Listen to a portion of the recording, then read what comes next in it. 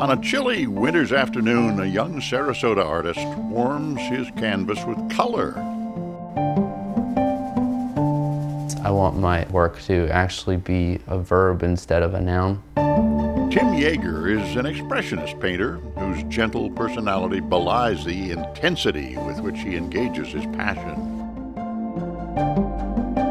Whether exploring the female form or something else, Tim is looking always for a reaction, first in himself as artist. Anything with color in it, anything with movement, something that isn't exactly finite.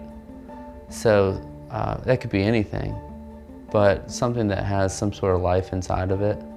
Expressionism is said to be more about the mood or emotions a subject evokes than the physical reality. It's what fuels the brushstroke.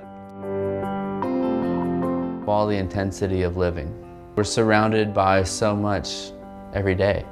When you put yourself in front of a canvas and you're attempting to create something, you want to remember all of those emotions that you feel every day and allow yourself to try to explain all this chaos.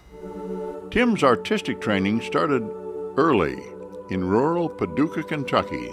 Son of an Episcopal priest, Tim grew up doodling and sketching on church bulletins during his father's sermons.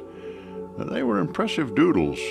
And it felt good because people encouraged me. They said, you know, you're good at that. And I started feeding off of that. Now, with several years as a working artist under his belt, the Ringling graduate is enjoying the fruits of his colorful labor as he watches the value of his paintings grow along with his body of work. Of all his works, Tim is becoming most famous for a subject that's rather humble. You see, Tim paints roosters. Look closely, he says, they are full of humanity.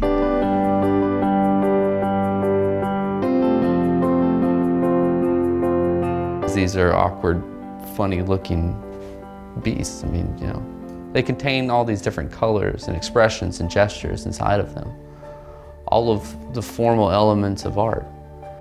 Spurred by a memory of the iconic rooster knickknacks in his grandmother's kitchen, the feathered friends provided just the right creative spark. And seeing that same image over and over and over again, and that served a purpose for me.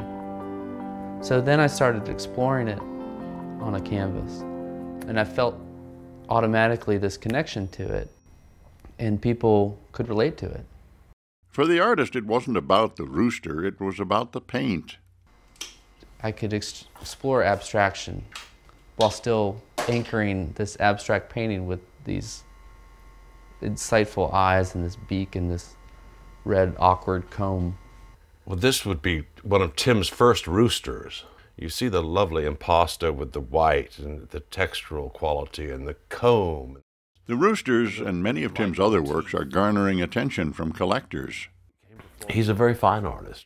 Peter Hooton is an actor and art collector now retired in Sarasota. He's an avid fan of Tim Jaeger's work and has a comprehensive collection from paintings to drawings, even articles and personal letters.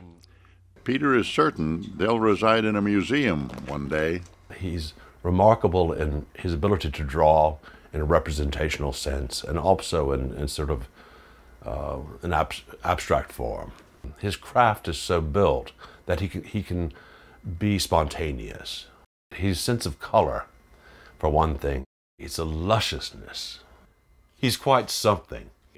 Among the items in Peter's collection, an early self-portrait, a print from a lithograph of a young French boy Tim drew while he was an artist in residence in France, and even a drawing Tim did while sitting in a local bar. But her face is so gorgeous, an imaginary lady, and he spilled his Guinness stout, so it's my Guinness-drenched gal, you know. You can find the fuller inspiration of the Guinness Girl in Tim's studio, a work in progress. Stinking! You don't want to smell it. The artist considers himself a work in progress as well. That's really good. As he learns the art of balance, raising a young son, tending to his craft while remaining committed to a desire to make art accessible to more people.